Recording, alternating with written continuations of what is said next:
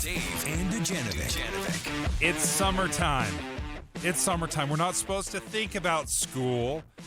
Our kids certainly don't want to think about school, but we're going to talk about education. We're going to talk about school because your kids, if they're Americans, their test scores, especially in math and reading, are bad and significantly worse than last year. This is a decade-long free fall, Leah. Right, decline that I think a lot of people want to blame everything on the pandemic. Yeah. But I don't think you really can, right? Because I think it predates, like you just said, decades-long free, like a 10-year free fall. So that predates the pandemic. We're kind of out of the pandemic now, and it's still going down. It's very easy to use the pandemic as an excuse, but we are so far removed from it, at least a couple years. And I don't want to discount the slide back of the pandemic, but you make a great point. This has been going on for a long time. The findings come from a test known as the Nation's Report Card. It's a continuous national assessment of 13-year-olds. So I think it says 8th graders. Right. Results are distributed by the Department of Education, and what they found is average math scores for 13-year-olds, 9 points have dropped. They've dropped 9 points from 2019 to now. Average score for, was that reading scores, a 4-point drop. And this is 8,700 students that have taken the assessment. It's 460 schools across the country. So this is not an insignificant assessment. Right. And what I think is also interesting is it's across all of the groups, right? So we're not looking and saying, rural areas, girls, or, right? Like, do you know what I mean? Like urban areas, boys. It is all the groups, all the genders across urban, suburban, rural areas, everywhere. It's just been a decline. So what is going on here in Utah? Lindsay Henderson is with Utah State Board of Education, secondary mathematics specialist. Lindsay, thank you for joining us. What are we seeing here in Utah? Thanks so much, Dave and Leah. I'm really pleased to be here to share the bright, positive story of Utah and Utah students. All right. Because I set it up in a pretty dark way. I mean, it was like hellfire and brimstone. Okay, so there's a silver lining apparently. All right, let's hear it. Oh, I think it's a golden lining. In Utah, we're an outlier in statistics. We were the only state that in the entire nation, the Department of Defense was the other entity that achieved what we achieved, that our NAEP scores did not decrease in 8th grade math from pre-pandemic to post-pandemic. We maintained the same. Now, you could argue that we always want growth in our students, but with a major global crisis like the pandemic, to maintain the same scores, no statistically significant decline between those 2 years is huge. And I just have to give a big shout out to our amazing educators and our amazing families who helped to support that no change in scores from pre-pandemic to post-pandemic. So, Lindsay, I'm not going to pick on you for using the pandemic, but I appreciate it. Like, that was a major disruptive event, and I think it makes sense to think about it as an intervening variable to see what's going on. So just talk to me about what do you think Utah did differently, right? So if there's something that's so unique about us that we're the gold lining, I like that, better than the silver lining, we're the gold lining. What was deployed here? What makes us better?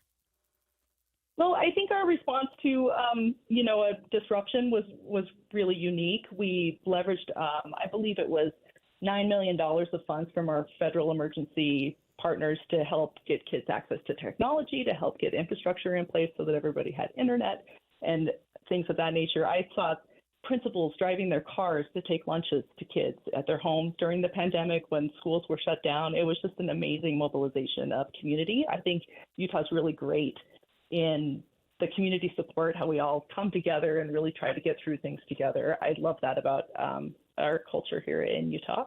And it's hard to ascribe our system's so big in education, especially in math.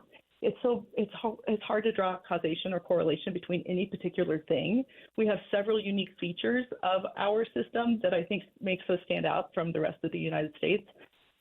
For example, we have integrated standards in high school and junior high, and those integrated standards help teachers to draw rich connections between algebra and geometry and statistics. And a lot of other places those subjects are siloed, and so you get a really rich experience in statistics, but you don't see how it relates to algebra or geometry. So that setup sets a lot of kids up for success here in Utah. And we also progress all of our students along with their grade level peers. We have a significant body of research that shows that retaining kids until they pass a class does negative damage to them. It's horrible. And so putting support structures in place, like just-in-time supports to help kids reach grade level content, I think is another shining aspect of our amazing secondary math system that helped to maintain our no decline in scores. Lindsay Henderson is with the Utah State Board of Education. The reason we're speaking to her right now is because there was this Nations report card report that came out and was talking about the free fall nationwide in math and reading scores.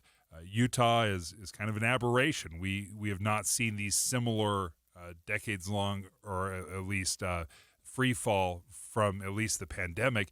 What do you make, though? Again, understanding national trends and understanding that this very well could affect us here in Utah. What is the theory out there? What's the hypothesis when it comes to this free fall in math and reading scores specifically? That's a really great question. It's very big. Yeah. I think that we need to evolve along with our students, right? The social contract, what kids expect from school now because of that major global event, has really changed, particularly in high schools. And we need to capitalize on students' interest in mathematics and in reading more than ever to help them stay engaged in, investing in their future. And I think that reading does that better in a lot of cases than mathematics does. And I think the time is ripe to talk about what are the mathematical skills that all students need when they graduate from high school. And it should be related to them becoming an engaged citizen, in their community, in whatever pathway they pursue, college, career and technical training, whatever passion they have, the mathematics skills need to help kids be an engaged citizen in any of those arenas. And I think that's a question we haven't really asked a lot of. And so it's important to have those conversations with all of our stakeholders, parents, higher ed, teachers, and get everybody on the same page as far as what is the essential mathematics that kids need to succeed in life after 12th grade. Oh, Lindsay, you are just singing to my heart like it's about being an engaged citizen. That just made my whole morning. Thank you. Oh, I'm so glad. Yeah, because the thing I was just thinking about is the test results. We always talk about math and reading because I think we care about those subjects the most. The subject I care about the most, of course, is social studies as a political science professor. And the test results there, the students are the lowest they have been since 1994 when they started the assessment, right? So maybe they were lower before that, but we don't know. And I love how you just talked about integrating, right? That if we can get these subjects to speak to each other, because no one's doing like math on a desert island, right? Like the math informs the rest of your life. I mean, I'm not sure I have a question for you, but comment on how we just bring our model of integrated stuff out from Utah to the rest of the country. Absolutely. I really think the system that we have, it has room for improvement always. All systems do. But we're really in a great place, and we have data that shows that we're doing really great things for kids. And so we want to keep that trajectory going. And I think what you said about engaged citizenship and getting integration, not just in mathematics and content across mathematics, but in all subject areas is so important. Lindsay Henderson, thank you for joining us from the Utah State Board of Education. Refreshing that we had some good news. Are you persuaded?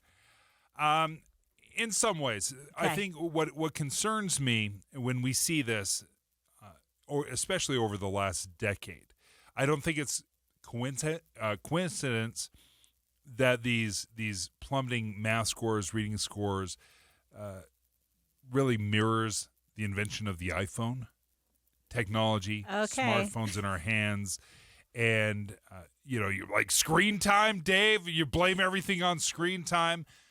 I will tell you the access has been incredible as far as connection and information at your fingertips. I've also seen a prevalence of cheating. I have a lot of high school kid friends. I've worked with softball kids for years and years, And the amount of cheating that goes on because of those smartphones, how easily it is to take a picture of something, to send it to a group chat. My fear is technology is getting us good grades. It is not teaching our kids. So when they take these end-of-level assessments where you really have to know the stuff. Yeah, you're on your own completely. And they're failing, which is what's happening across the country, not just here in Utah's whatever, but across the country, Yeah. Our kids are failing at a monumental rate. Yeah, I also think it's like kind of the instant gratification. So why do I learn anything if I could just Google it? Right? Yeah, So if I'm true. trying to figure something out at an end of level test, you have to have shown that you've actually learned something.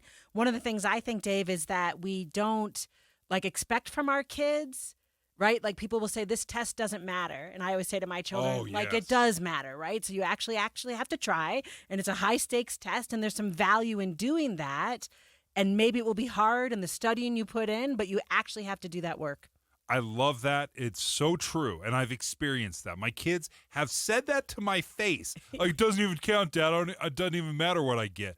Though I had a very, very smart math teacher this year with my son said, if you get a 4, which is the highest grade on your end of level testing, which proves that you understand all the concepts, I will go back through the entire year and change your grade to an A. Right. How excited do you think my kid was? And did he do the work? He absolutely Right. did. He got a 4. He got the reward. How seriously did he take that test? Very seriously. It was great. Great point. I love that conversation. Probably ought to figure out why we're not making it more Right. meaningful. That's probably another conversation for another day. KSL FM Midvale, KSL Salt Lake City. Listen on the KSL News Radio app and in your car at 102.7 FM. KSL News Radio, your all-day companion for news.